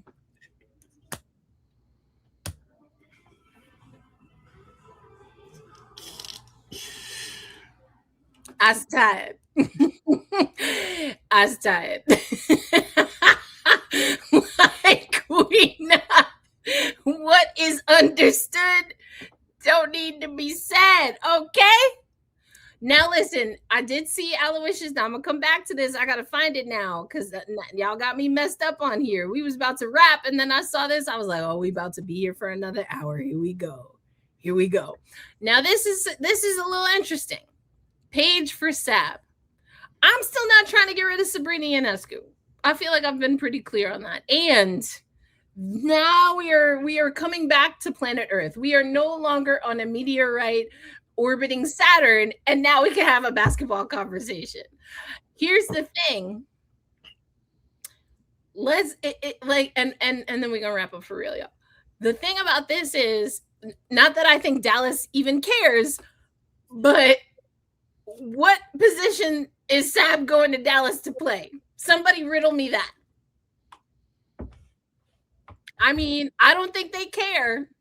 Looking at what they got every guard under the sun, as far as I'm concerned, except for the ones that wanted to go to Chicago. For what reason? I do not know why. And then now we wonder why people are frustrated. Make it make sense. Make it make sense. But that's a pot. We'll get into that on Thursday. On We Need to Talk Now, presented by AT&T. Now this is Paige versus Sab as far as leadership, as far as qualities that they bring. I think they have different skill sets, so they would be utilized differently depending on. I just don't know why we're trading Sabrina Ionescu like she's the problem. Yeah, Sab was cool, and also Aloysius. I was telling someone earlier,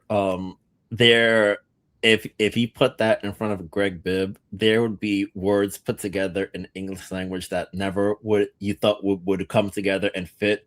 Greg would hurl them at all of us for suggesting that and putting that on his desk. Greg Bibb is a lot of things. I think trading the Golden Goose is not one of the things he do. And especially since good old Greg is trying to get a building and a practice facility in that state. Boy, you tell Texas legislators, oh, hey, this cool player who's making our town a hip and making this franchise fun, we getting her out of here. Boy, Greg. Does Sabrina wear cowgirl boots and, bucket 10, what is it, 5 gallon, 10 gallon? I don't know. Yeah. Does she wear cowboy hats? I never seen it. Do you have spurs in your boots, ma'am? Probably no.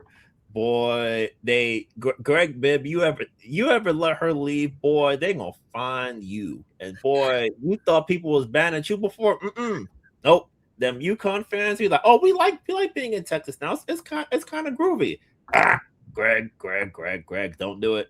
Greg, you think you don't put a contender around her soon enough? And she somehow is not part of the plans. Boy, Greg. I don't know. But that, what you said makes sense, Brian. But that's kind of the problem with Dallas, that they don't always be making sense to me. Oh, boy. I mean, am I wrong? Okay, no. Jeremy saying, I honestly would take buckets over Sab because of defense. I mean, if I thought Sabrina needed to be traded, I could see it, which is why we're talking about it. I just don't know why we're trading Sabrina. Like, why is this happening, fam? What are we doing? You know what? And I feel like I've said this before.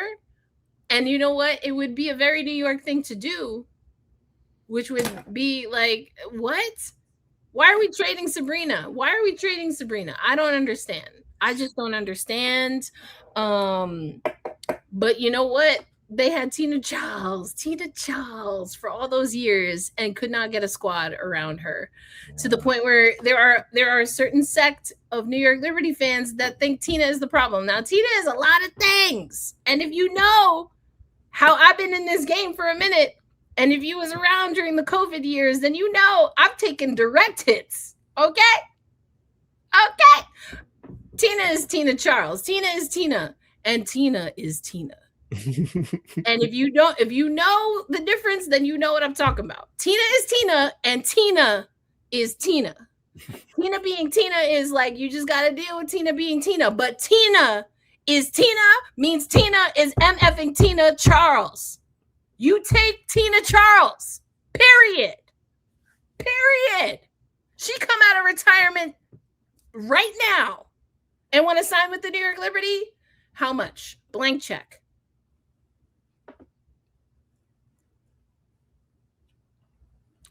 I don't understand why we're getting rid of Sabrina Ionescu. Now, am I saying that she's on the Tina level? No. What I'm saying is it would be very New York to have a player that wants to commit to your organization and not quite ever get a squad around them.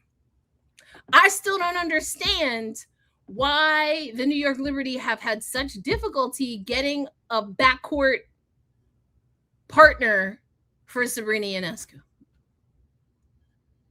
I just don't understand it. I don't understand it. So in that case, if you get rid of Sab, I think it would be a travesty. Can I see it for basketball reasons, for the business reasons? Absolutely. I just don't understand. Like, I mean, and I guess that's how these things happen, but like that would be, to me, what a waste. You know, what a waste.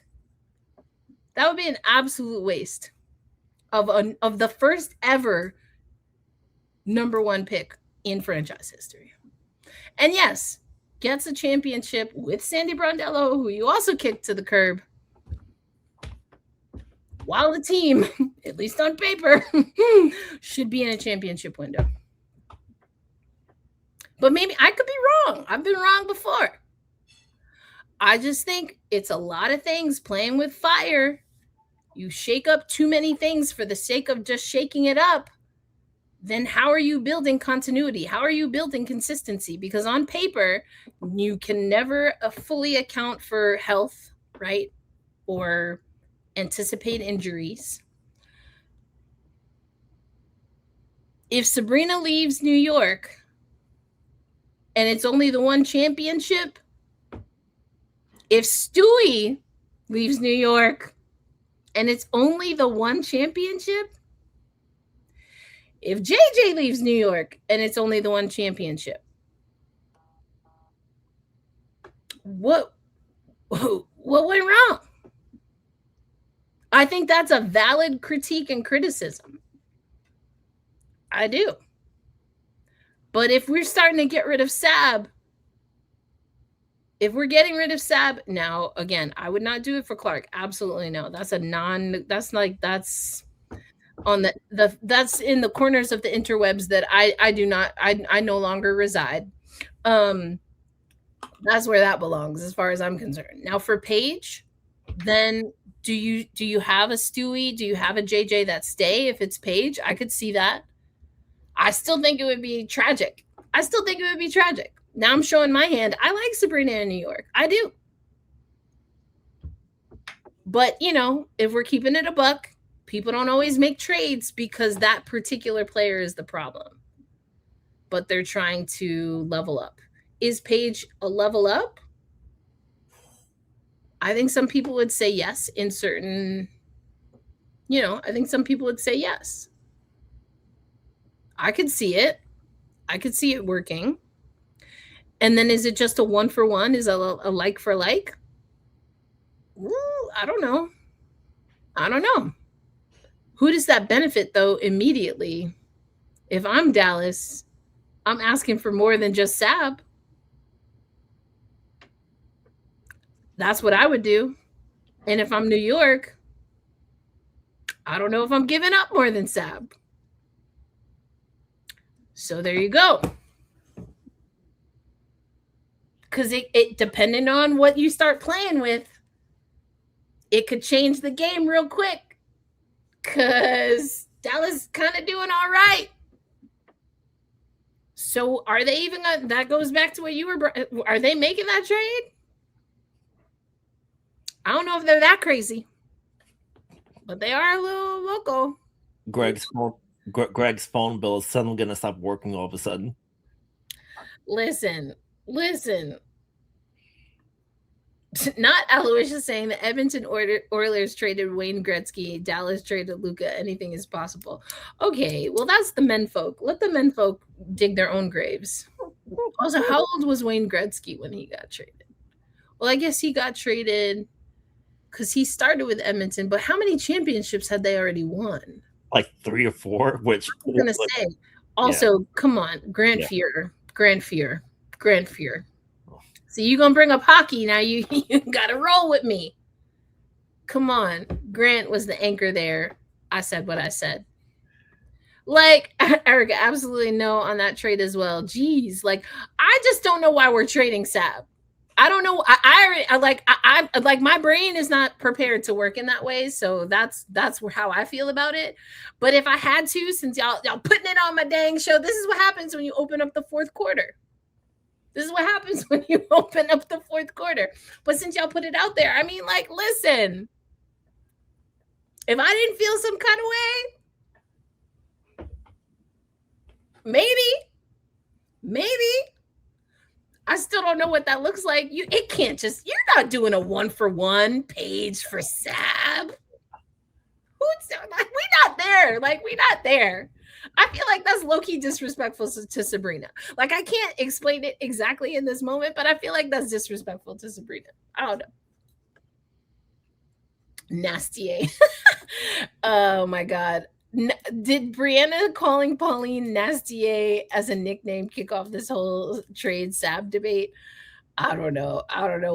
You got to ask Aloysius. Aloysius, come to the front of the class because you got some splaining to do. You got some splaining to do. So, Erica, do you think Sabrina wants to end her career in New York? Shouldn't the Liberty be focused on having a better record and the playoffs? Okay. I mean, Sabrina says, I don't know about ending her career, but she seems like she wants to be here. I don't think her career is close to over. And if she wants to be here, why move her? As far as shouldn't the Liberty be focusing on having a better record in the playoffs? I mean, these are hypotheticals, though, Damien. Like, these are brought up. I already said what I felt about the trade. I said no and no. But we're having a conversation. So, of course, they should focus on this. But that's what we talked about for like the first 45 minutes. We talked about the turnovers, the rebounding. We talked about the 3-point percentage. We talked about why getting the second unit together now could be beneficial, but only if they fix all of the other things like the turnovers and the rebounds. Like, we already talked about all that. Erica, Clara Wu is not parting ways with, okay? Like, I don't see it. I don't see it happening. I don't see it happening. I don't see it happening. And so we can wrap this up nicely. The New York Liberty might be in a situation, Brian, sooner than I feel comfortable with, where they have to start making some of these decisions. How realistic, how many years can you keep that core together if they're not getting to another finals like in the next 2 years? And is that too much to ask of a barely broken in head coach? But that's what we're looking at, because the New York Liberty bowing out in the first round was a disappointment. Comparative to what the roster looks like on paper, that was a disappointment. Now, you can maybe say it's understandable because of the injuries. It was still disappointing. What is progress? Are we going just based on last year? So if it's a second round bow out, that's fine? Or is the standard still 2024? Because for me, Brian, the standard is still 2024. And why y'all ain't run it back? Why y'all ain't run it back?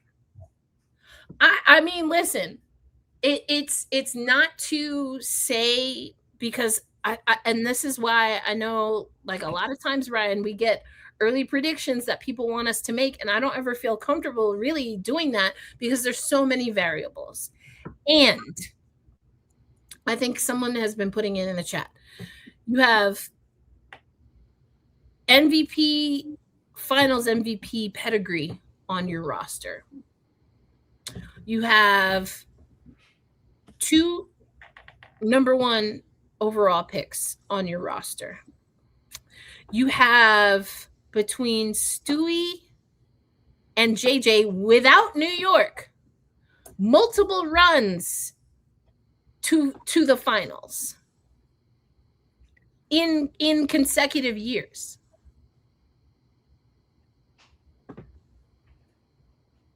How y'all not even, how are we not one of the top 4 teams standing? And again, it seems like the Liberty put a lot on Sandy being the problem, which, whether it's fair or not, means that you think that DeMarco is the immediate solution. For me, it has to be immediate. I'm not. This is not a waste. You cannot waste the 2026 season. But is that fair to him? I don't know. Maybe yes, maybe no. It is what it is. But I don't want to. I promise you, I'm not trying to hear anybody at the end of a season that does not end in at least a semifinals, series. I'm not trying to hear, oh, well, Erica, the coach was new. Didn't have to be that way. Tomato, tomato, tomato. That was a choice. Didn't have to be that way. I don't feel sorry. I don't feel bad. Wasn't something I would have done. And if you thought that that was going to be an excuse that you could use, then why would you make that change? Listen, you want to make a coaching change, but a first-time WNBA head coach, that's a lot. You asking a lot. I hope it works out. I really do. But you asking a lot. And I, for one, ain't really going to feel sorry for nobody. I'm not. I'm not going to feel sorry for nobody if it don't work out. I'm really not. And this is a time where I'm gonna ride with New York, because if New York ain't upset, then something's wrong. There's a glitch in the matrix. No reason whatsoever this team should not be a competitive team. Period. Point blank. I said what I said. Bookmark it. Paste it on my forehead, tattoo me up, whatever you want. I said what I said, and I've been consistent on this. I'm not trying to hear it. I'm not trying to hear it. Because it's year 6 for Sab. How many? So, and she's had how many of those 6 seasons with JJ and Stewie? 3, 4, going on 4 now? 4, yeah. 3, 4. Yep, 4.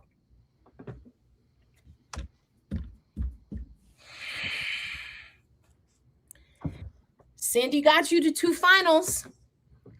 She got you one ring. Yes, last year happened. Not ideal.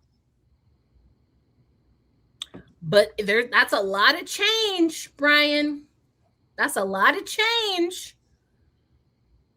It's giving. It's not the same, but it feels the same. I'm going to say it feels the same to me as getting rid of Teaspoon and then giving the next coach a crazy, ridiculous leash when Teaspoon had a better record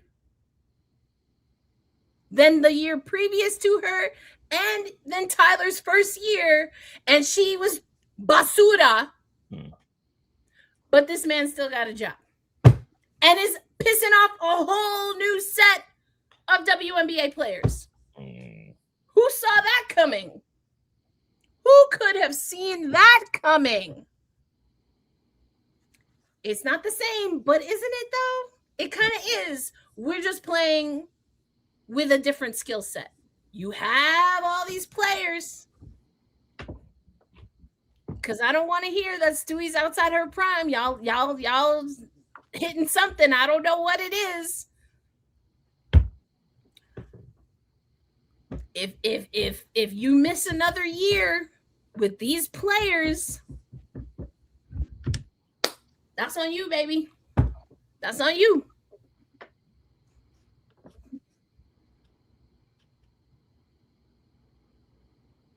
That's true. Not Amir saying not the Jonquel that smack. Listen, all I had was pens, so I had to toss those. But if you know, you know. That's what I'm saying. What excuse what? And that's why, listen, we had this conversation. It's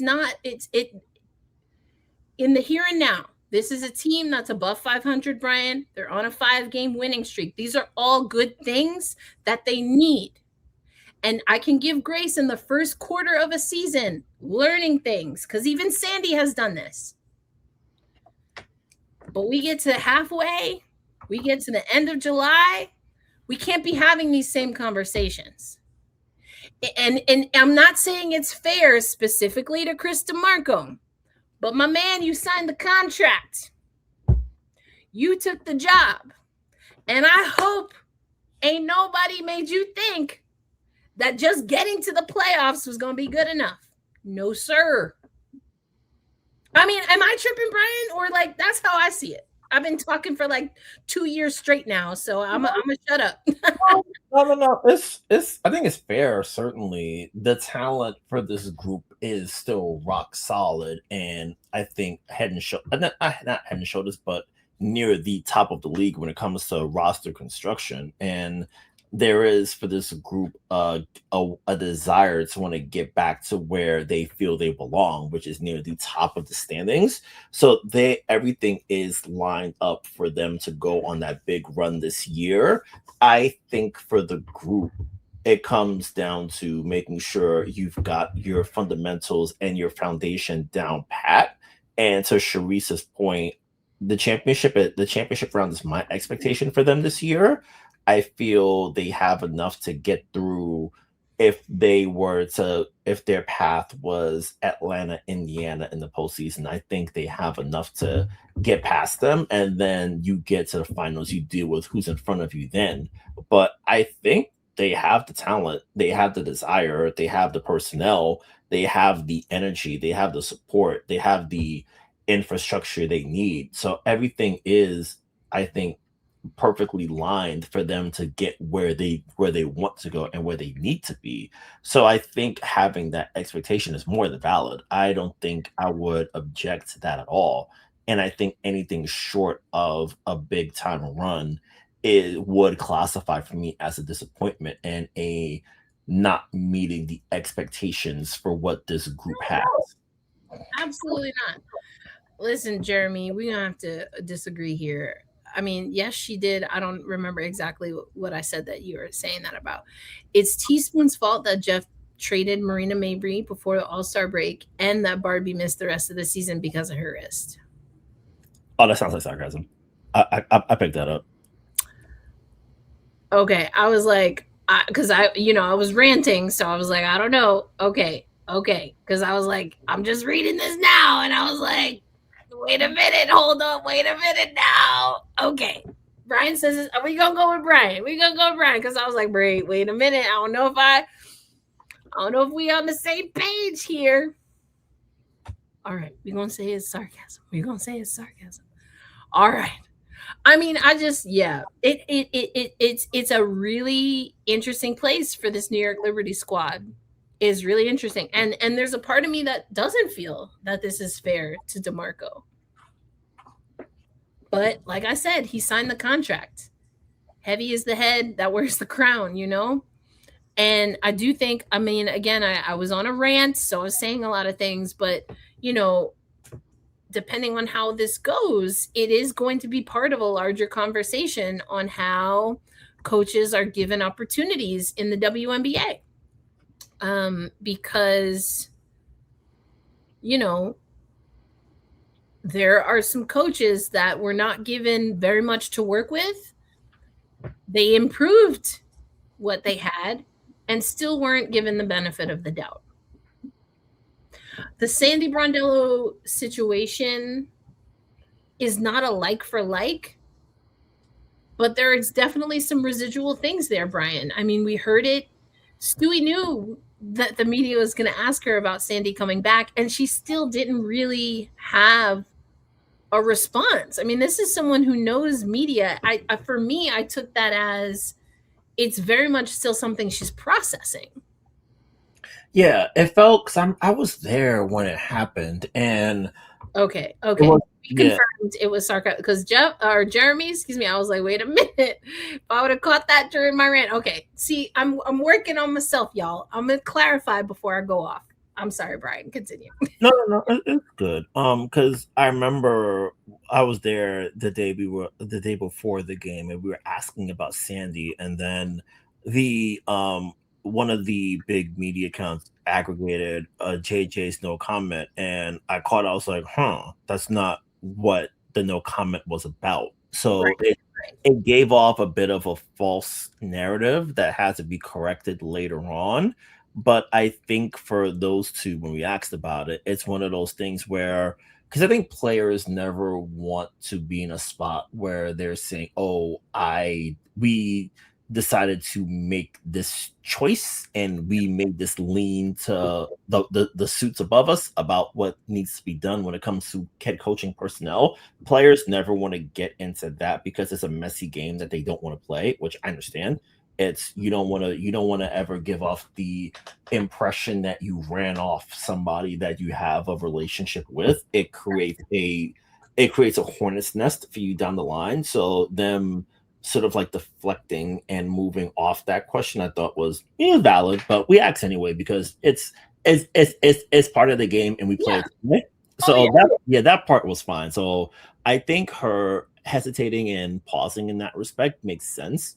And then afterwards, when we got Stewie in post game in the scrum, she expanded a bit more on her dynamic with Sandy's, and it's okay, that's still my person, even though the basketball journey led her to somewhere else, and we in our group are succeeding in a new way. The foundation you built and the relationship that we have with me and my family always lives through. And within that's where the positive vibes always stick together and always sort of like carry on, even though the basketball world around you is changing. So I think that part's fair. And I think the group has a lot of buy-in with Chris from what I've been seeing so far.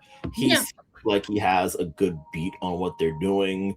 It seems like he challenges them too, because after I think it was the Phoenix game when someone asked Leo, "Oh, hey, what was the message there?" And basically it was play some fucking defense. And I'm not sure if that came from Chris or that just the players themselves being like they needed to get that done, but somebody got it. And then it lived on. So I think that he's getting more comfortable in the role, which I think we're starting to see more of. Because I think especially it didn't seem like during the losing streak everything was collapsing in that regard. Like before I left, that was when they lost the third game and you sort of sensed the frustration bubbling. We talked about it, but I think we talked about it. No, I think you and Ari talked about it, I should say, to be precise. Like you felt the frustration bubbling and you saw the concern rising.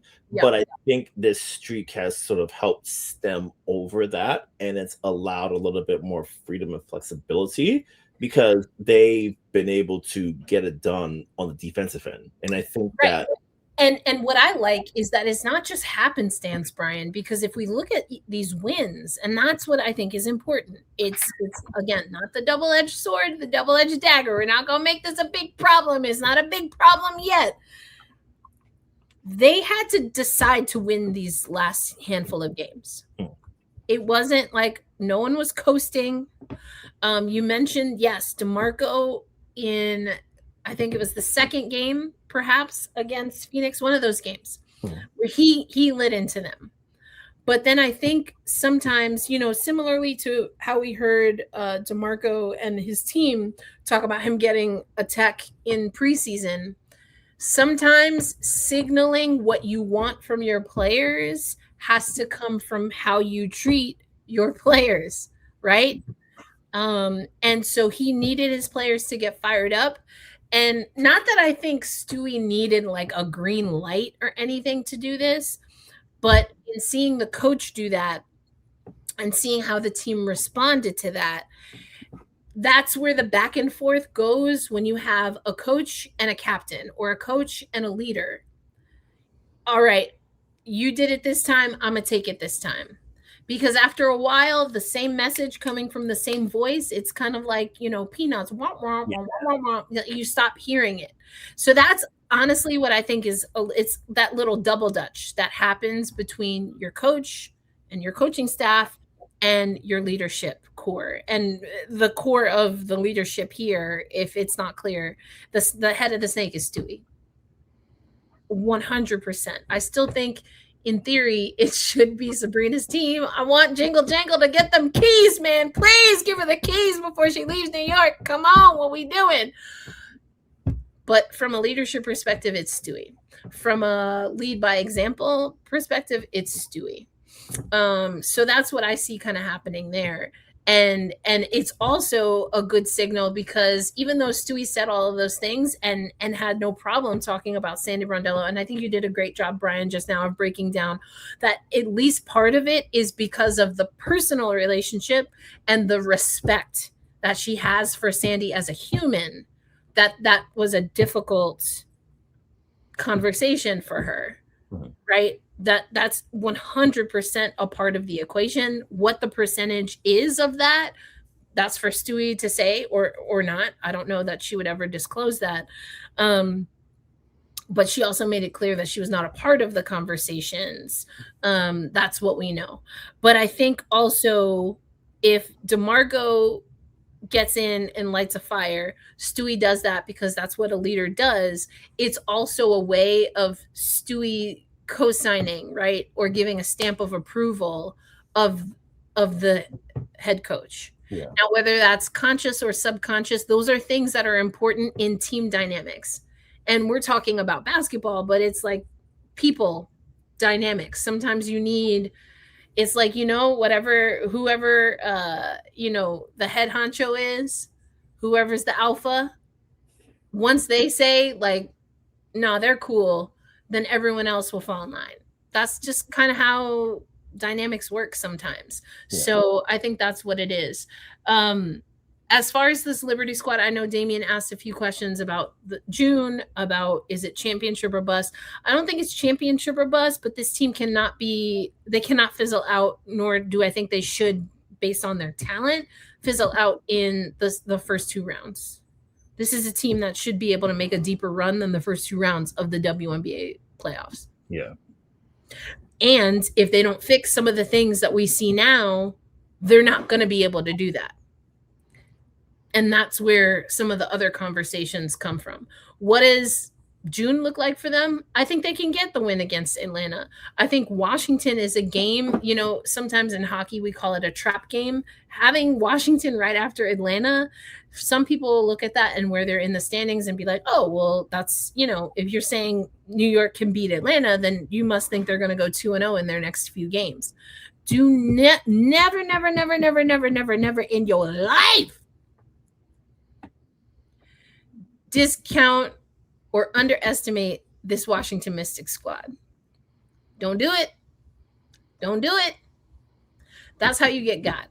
This is going to be a great test for the New York Liberty about their stamina, their tenacity, their sandpaper, and their ability to stay focused. Sometimes this is a little bit of an absent-minded team, and they go insular, right? We talked about that a little bit with Maureen Johannès. Jonquel Jones has that as well.